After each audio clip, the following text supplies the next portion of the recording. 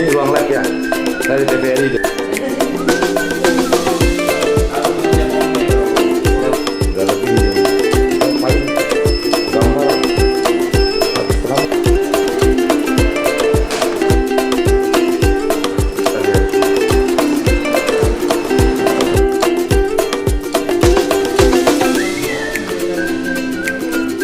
ya.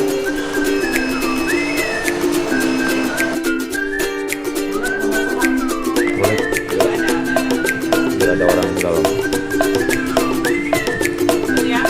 Biasanya godam itu kunci terakhir kita ketika memang stok sangat-sangat menipis.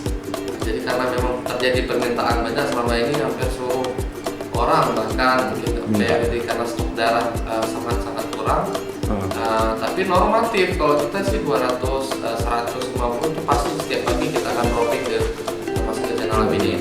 Bahkan hari ini kemarin kita baru pulang dari Sabang, mungkin berupa kita ke Aceh Jaya, dan hari ini memang kita donor darah massal di batalion